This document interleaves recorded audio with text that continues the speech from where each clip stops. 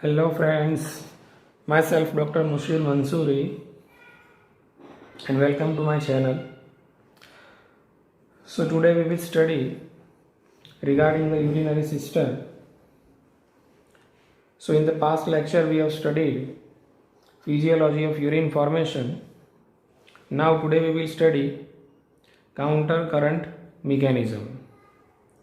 Now in this lecture we will study the whole concept of counter current mechanism. So I request all the students, please do not skip this lecture and watch till the end so you can easily understand the whole concept of counter current mechanism. तो चलिए दोस्तों आगे बढ़ते हैं. सबसे पहले समझ लेते हैं what is counter current mechanism. Okay, counter का मतलब होता है opposite. The meaning of counter is opposite.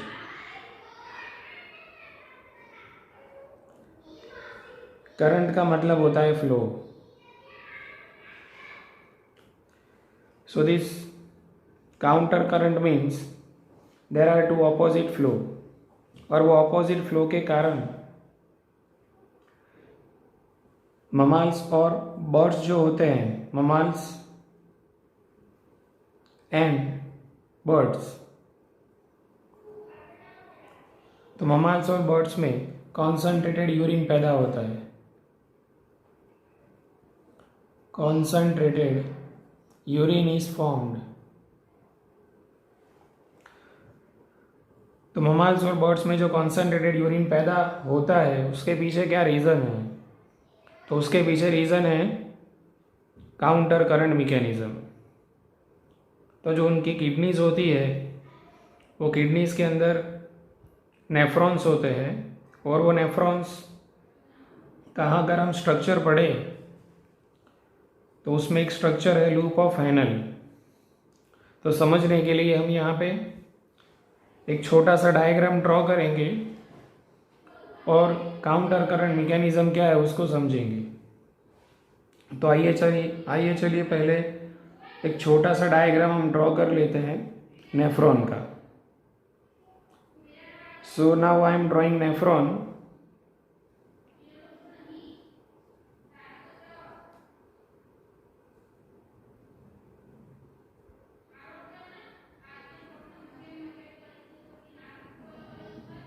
Okay, so this diagram shows the different parts of the nephron.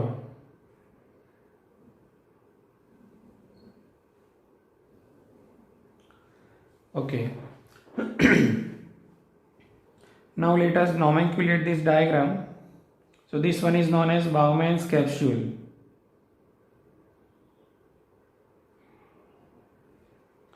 This part of the nephron is known as PCT, proximal convoluted tubule.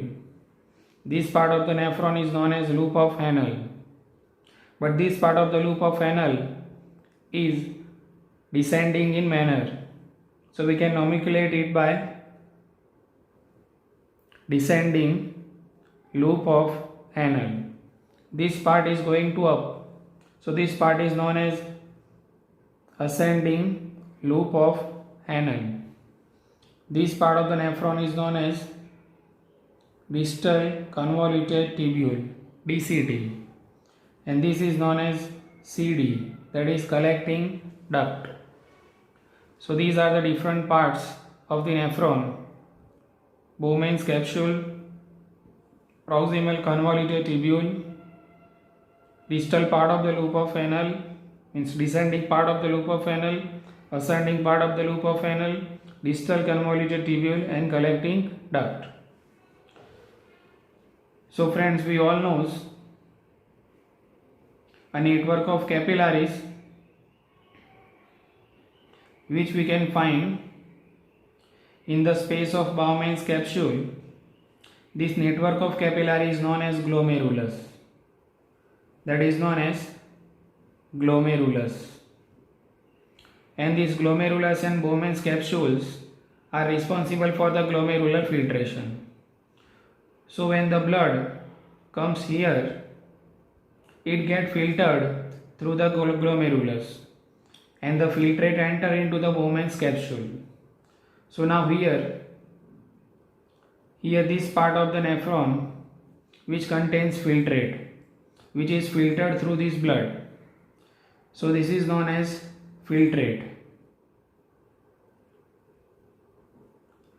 This is filtrate. Now this filtrate enter into the PCT, proximal convoluted tubule.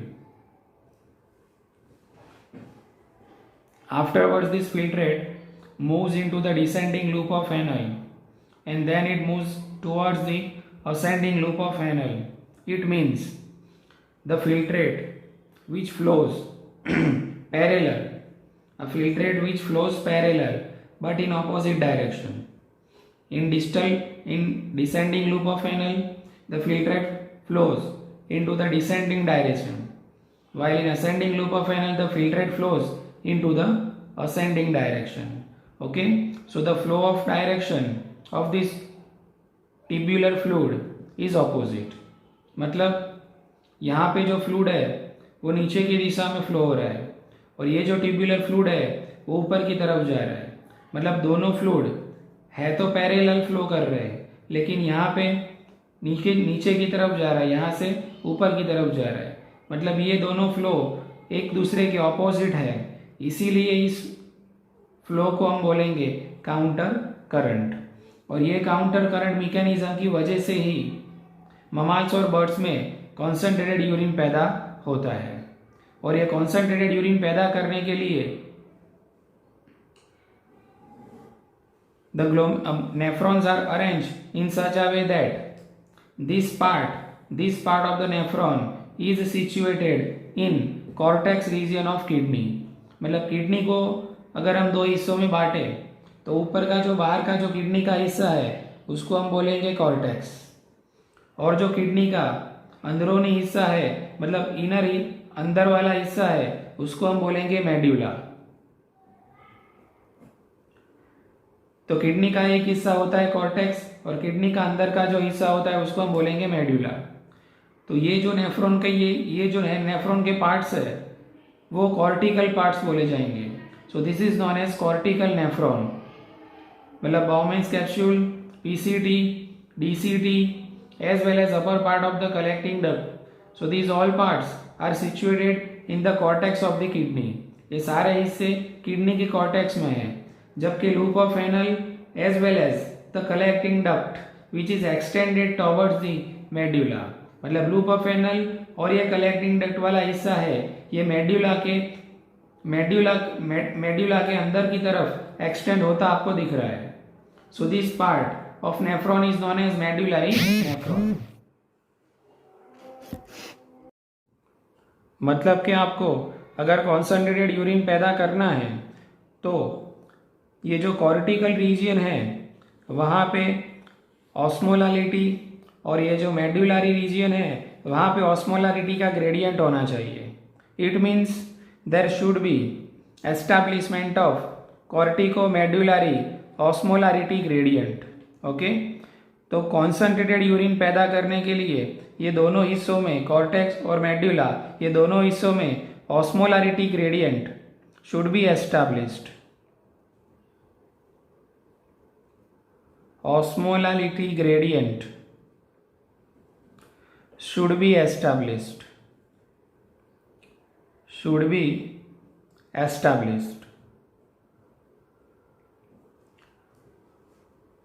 तो ये gradient कैसे establish होगा? तो ये gradient establish होने के पीछे जो मैकेनिज्म है उसी को हम बोलते हैं काउंटर करंट मैकेनिज्म. ताकि यहाँ पे लूप ऑफ एनल में ये हिस्से में फ्लूइड नीचे की तरफ जा रहा है, ये हिस्से में फ्लूइड ऊपर की तरफ जा रहा है, तो ये जो अपोजिट फ्लो हो रहा है इसी को हम बोलेंगे काउंटर करंट मैकेनिज्म. और इसी की वजह से कॉर्टेक्स और मेडुला में बहुत बड़ा ऑस्मोलारिटी ग्रेडियंट एस्टैब्लिश होता है, और वो होना ही चाहिए. अगर ऑस्मोलारिटी ग्रेडियंट एस्टैब्लिश नहीं होगा तो कॉन्सेंट्रेटेड यूरिन पैदा नहीं हो सकता, मतलब कॉन्सेंट्रेटेड यूरिन फॉर्मेशन नहीं हो सकेगा. क्लियर? अब हम समझते हैं कि भाई यहाँ पे ऑस्मोलारिटी ग्रेडियंट क्या है और यहाँ पे ऑस्मोलारिटी ग्रेडियंट क्या है.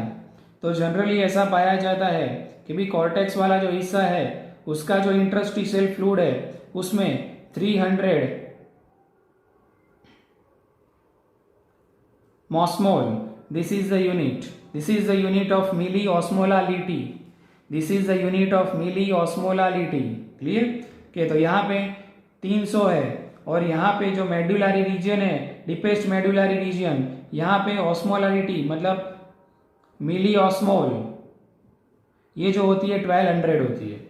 सो आप देख रहे हो यहाँ पे कि कॉर्टेक्स में 300 है और मेडुला में 1200 है। Okay, so this is the gradient, gradient का मतलब होता है difference. Clear, so the cortex में 300 मिली ऑस्मोलालिटी होनी चाहिए और मेडुलरी रीजन में 1200 मिली ऑस्मोलालिटी होनी चाहिए और ये ग्रेडियंट एस्टैब्लिश होना ही चाहिए। ये ग्रेडियंट एस्टैब्लिश होगा तब जाके काउंटर करंट मैकेनिज्म के थ्रू कॉन्सेंट्रेटेड यूरिन फॉर्म हो पाएगा।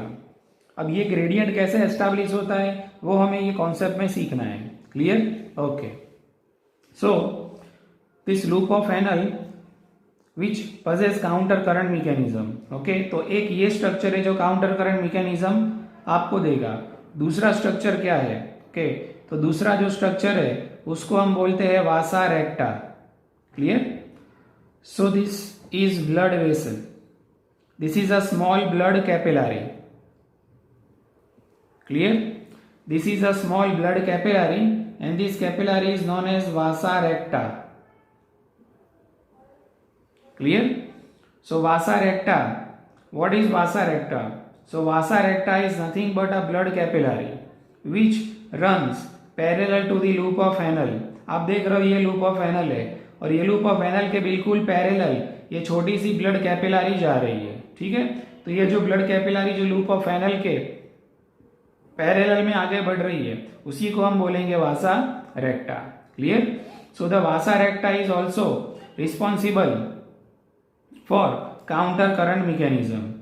सो in the vasa recta also blood यहां से नीचे की तरफ जा रहा है और ब्लड यहां से ऊपर की तरफ जा रहा है। मतलब जो ब्लड वासा रेक्टा में है वो दोनों तरफ पैरेलल फ्लो कर रहा है लेकिन ऑपोजिट डायरेक्शन में फ्लो कर रहा है। इसका मतलब ये कि वासा रेक्टा भी काउंटर करंट मैकेनिज्म के लिए रिस्पॉन्सिबल है। So we have two structures, आपके पास दो स्ट्रक्चर्स है जो काउंटर करंट मैकेनिज्म में हेल्प करेंगे और उसकी वजह से कॉर्टेक्स और मेडुला में ये जो मेडुलरी डिफरेंस है 300 एंड इंटरस्टिशियल डिफरेंस है 300 एज वेल एज 1200 वो मेंटेन होता है। Clear, so we have two structure, one is loop of Henle, another one is vasa रेक्टा।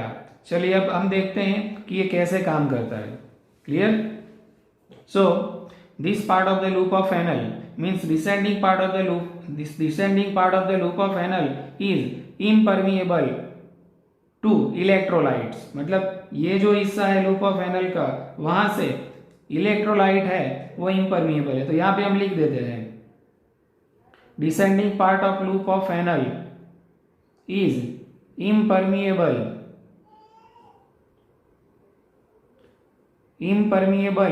to NaCl मतलब solute, but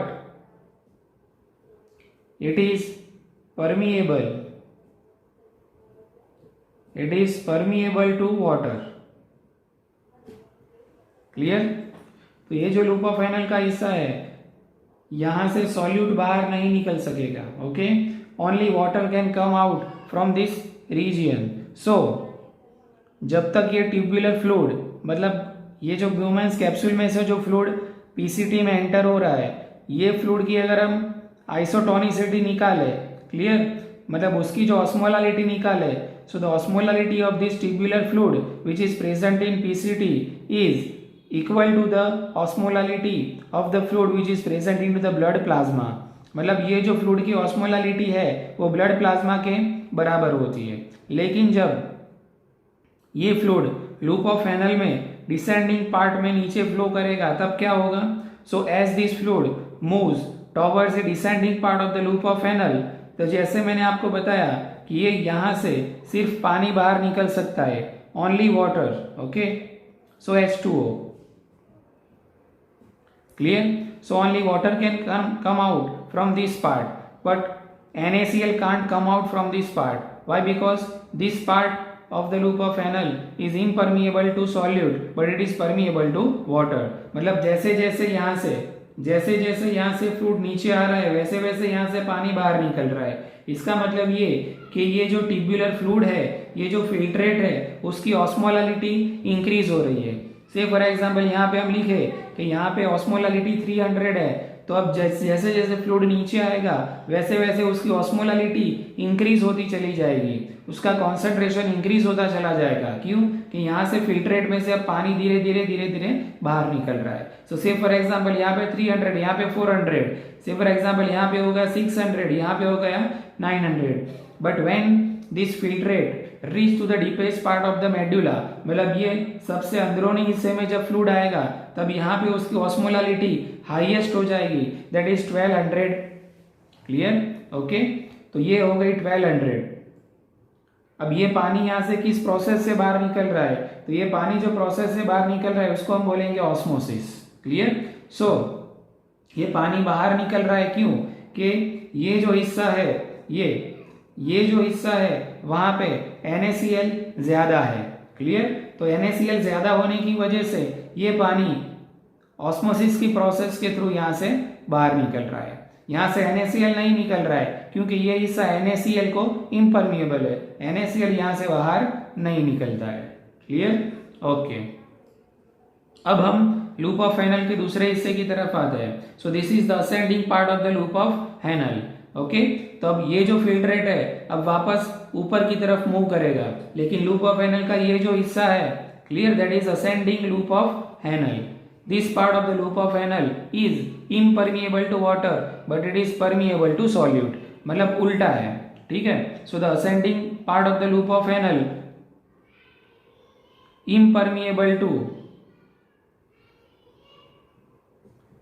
impermeable to water but it is permeable to solute. Clear? तो loop of Henle का ये जो हिस्सा है यहां से पानी बाहर नहीं निकल सकता, यहां से NaCl बाहर निकल सकता है. क्लियर? तो जैसे जैसे filtrate ascending loop of Henle में आगे बढ़ेगा, ओके, तो यहां से ये जो पार्ट है यहां से NaCl बाहर निकलेगा. ये जो ऊपर वाला हिस्सा है लूप ऑफ हैनल का, यहां से भी NaCl बाहर निकलेगा. क्लियर? लेकिन फर्क क्या है?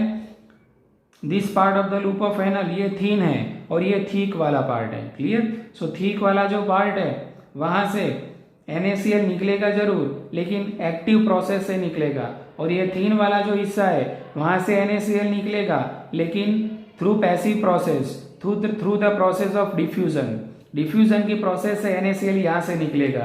तो ये खास याद रखने की चीज है.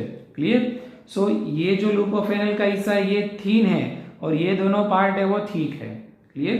ये तो थीन वाला जो पार्ट है वहां से NaCl थ्रू डिफ्यूजन निकलेगा और ये जो थीक वाला हिस्सा है वहां से NaCl एक्टिव प्रोसेस के थ्रू बाहर निकलेगा. ये हिस्से में से पानी बाहर नहीं निकल सकता है because this ascending loop of Henle is impermeable to water but it is permeable to solute.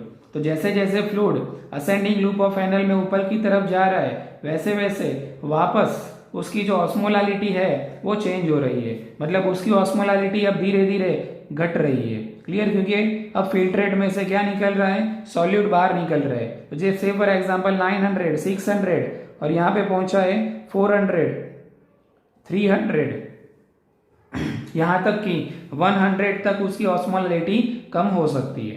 Clear? तो जैसे जैसे असेंडिंग लूप ऑफ हैनल में हम ऊपर की तरफ जाते हैं वैसे वापस ये जो ट्यूब्यूलर फ्लूइड है उसकी ऑस्मोलालिटी क्या हो रही है? कम हो रही है. क्लियर? ओके, तो एक ये चीज है. तो ये जो फ्लो हो रहा है, ठीक है, तो यहां से हमने पानी को बाहर निकाला, यहां से हमने NaCl को बाहर निकाला. क्लियर? ओके, अब हम देखते हैं. तो ये जो प्रोसेस है जिसको हम बोलेंगे काउंटर करंट मैकेनिज्म. क्लियर?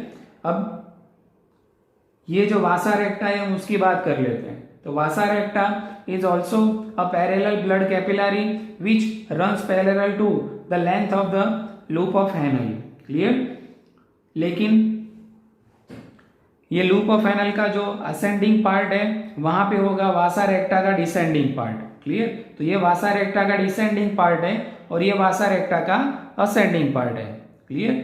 ये समझाने के लिए मैंने यहाँ पे जगह रखी है, लेकिन ये दोनों इससे बिल्कुल एक दूसरे के करीब होते हैं, मतलब बिल्कुल एक दूसरे से अटैच होते हैं। Okay, there is no much more difference. This two part, loop of Henle as well as the vasa recta, are much closer to each other.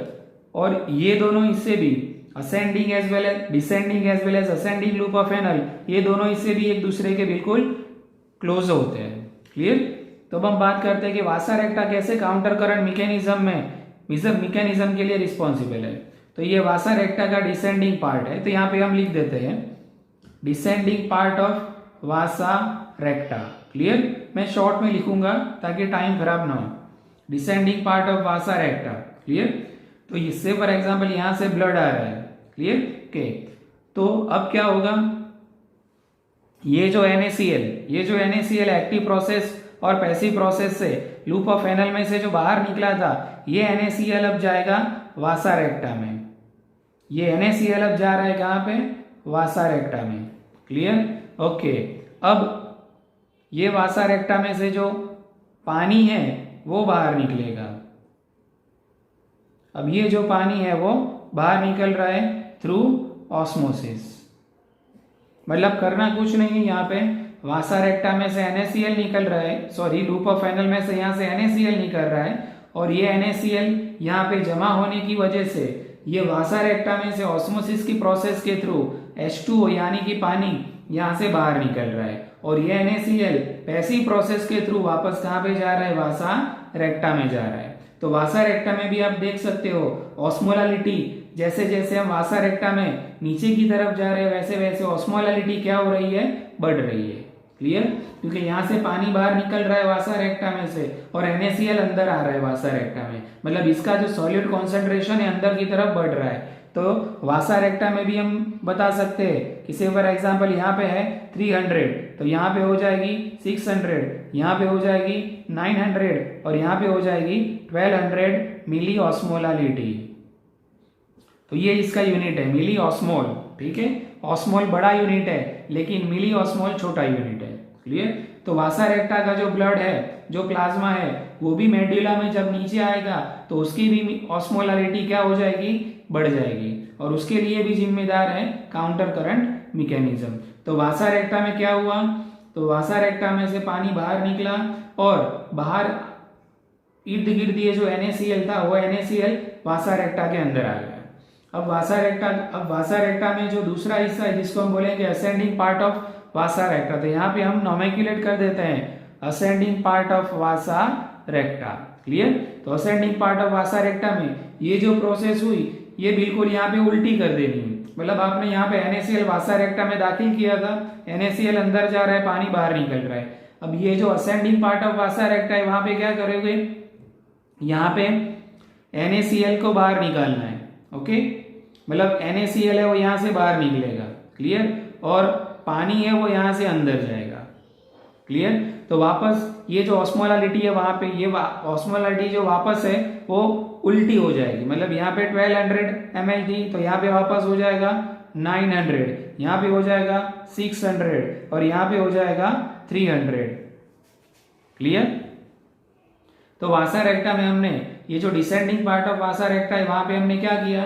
तो वहां पे NaCl जो है वो अंदर आ गया, पानी बाहर निकल रहा था यहाँ, इसीलिए यहाँ पे ऑस्मोलालिटी कम हो रही थी। अब वासा रेक्टा का जो असेंडिंग पार्ट है वहां पे ये प्रोसेस पूरी उल्टी करनी है। क्लियर? तो यहाँ से पानी अंदर जा रहा है क्योंकि ये जो पानी जो बाहर निकला था लूप ऑफ एनल में से, ये पानी अब कहाँ जा रहा है? अंदर जा रहा है। ओके, और ये जो NaCl है वो अब वापस बाहर निकल रहा है। तो मतलब ये हुआ कि ये जो हिस्सा है, मतलब ये जो हिस्सा यहाँ पे हम NaCl जो है NaCl का कॉन्सेंट्रेशन यहाँ पे मल्टीप्लाई होता है, तो इसीलिए इस सिस्टम को बोला जाता है काउंटर करंट मल्टीप्लायर सिस्टम। मतलब ये जो NaCl है वो इंटरस्टिशियल फ्लूइड में, मतलब ये जो स्पेस आपको दिख रही है सारी, इसको हम बोलेंगे इंटरस्टिशियल फ्लूइड। तो ये जो NaCl है इंटरस्टिशियल फ्लूइड में, उसका कॉन्सेंट्रेशन बना रहना चाहिए, उसका कॉन्सेंट्रेशन है वो टिकना चाहिए। तभी जाके आप यहाँ पे ऑस्मोलारिटी ग्रेडियंट कॉर्टेक्स और मेडुला के बीच में एस्टैब्लिश कर पाओगे। क्लियर? तो ये सारी मैकेनिज्म किस लिए थी कि NaCl को आपको यहाँ पे बनाए रखना है, और NaCl यहाँ पे बनता रहेगा तभी आप ये जो फिल्ट्रेट है उसमें से ये पानी को बाहर निकाल सकते हो। मतलब जब तक पानी बाहर नहीं निकलेगा तब तक कॉन्सेंट्रेटेड यूरिन है वो फॉर्म नहीं हो सकता। क्लियर? चलो एक दूसरी मैकेनिज्म पढ़ते हैं, ये है collecting duct. Clear? So the lower part of this is the lower part of the collecting duct. तो ये जो कलेक्टिंग डक्ट का जो लोअर पार्ट है वहां से थ्रू यूरिया जो है थ्रू डिफ्यूजन बाहर निकलेगा। ओके, और ये जो यूरिया है वो इंटरस्टिशियल स्पेस में यहाँ पे जमा होगा। क्लियर? और यूरिया की वजह से भी ऑस्मोलारिटी ग्रेडियंट इंटरस्टिशियल स्पेस में बढ़ता है। क्लियर? अब ये यूरिया रिसाइकल हो सकता है, ये यूरिया वापस डिफ्यूजन की प्रोसेस के थ्रू लूप ऑफ फैनल में जाएगा और ये फिल्ट्रेट में एंटर होके वापस कलेक्टिंग डक्ट के थ्रू यहाँ पे भी आ सकता है। क्लियर? सो दिस ये यूरिया जो है वो रिसर्कुलेट होता रहता है। जो यूरिया बाहर निकलना चाहिए वो यूरिन के थ्रू बाहर निकल जाता है, लेकिन कुछ यूरिया जो है वो कलेक्टिंग डक्ट का जो नीचे वाला हिस्सा है, so the lower part of the collecting duct is permeable for urea. So diffusion की प्रोसेस से यूरिया यहाँ से बाहर निकलेगा और ये यूरिया भी यहाँ पे जमा होता है। मतलब क्या हुआ कि NaCl भी यहाँ ये जो इंटरस्टिशियल स्पेस है वहां पे जमा होगा और यूरिया भी यहाँ पे जमा होगा, जिसकी वजह से क्या होगा, इंटरस्टिशियल जो स्पेस है वहां पे मेडुलरी जो ऑस्मोलारिटी ग्रेडियंट है वो ज्यादा होगा और कॉर्टेक्स वाला जो इंटरस्टिशियल फ्लूइड है वहां पे ऑस्मोलारिटी ग्रेडियंट है वो कम होगा।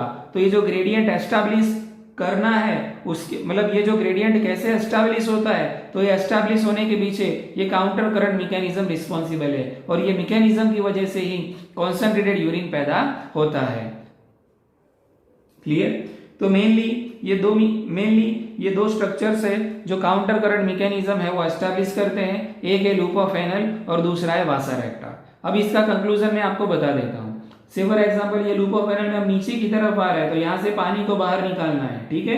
ओके, अब इसके नजदीक क्या है, वासा रेक्टा का असेंडिंग पार्ट। ओके, तो वासा रेक्टा का असेंडिंग जो पार्ट है, ओके, उसमें पानी, उसमें ये जो वाटर है ये वाटर ऑस्मोसिस के थ्रू यहाँ पे एंटर हो जाएगा। क्लियर? और यहाँ पे जो NaCl है NaCl को यहाँ पे बाहर निकालना है। मतलब ये NaCl यहाँ से बाहर आए, NaCl यहाँ पे जमा हो रहा है, उसकी वजह से ऑस्मोसिस के थ्रू यहाँ से पानी बाहर निकल रहा है और ये पानी वापस कहाँ पे जा रहा है, वासा रेक्टा में जा रहा है। क्लियर? अब लूप ऑफ फैनल के ये हिस्से में आ जाते हैं तो यहाँ से पानी बाहर नहीं निकल सकेगा, because this part of the loop of Henle is impermeable to water but is permeable to salts. So the passive process and active process, this NaCl comes out from the ascending part of the loop of Henle।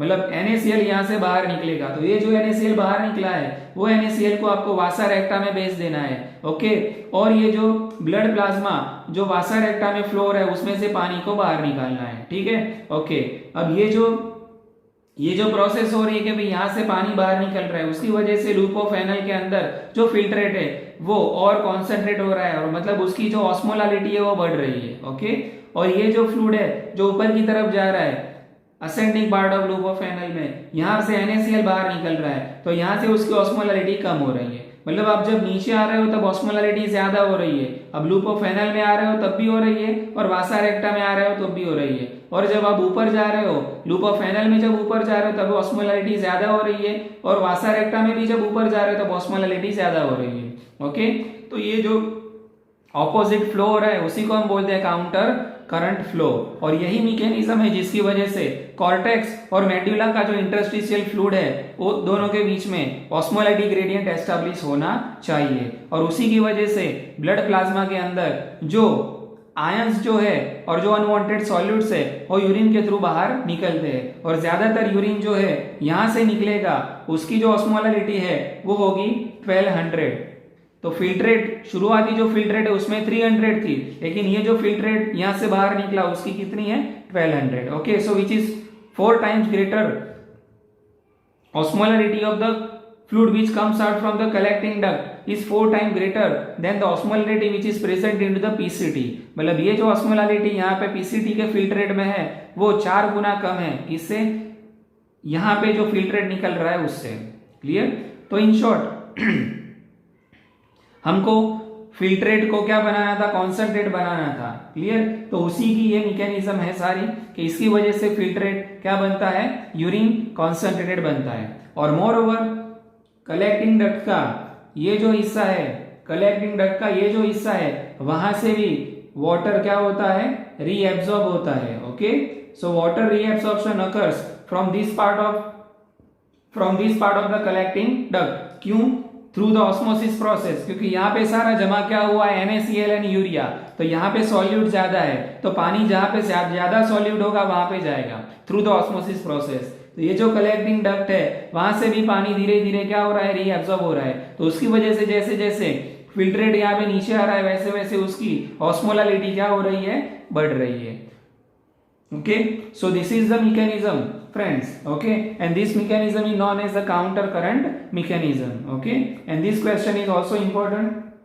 तो I hope so कि आपको ये सारी बातें समझ में आ गई होगी। कॉन्सेप्ट थोड़ा कॉम्प्लेक्स है, इसीलिए वीडियो को आप थोड़ा पॉज करके या फिर वापस रिपीट करके भी देख सकते हो। क्लियर?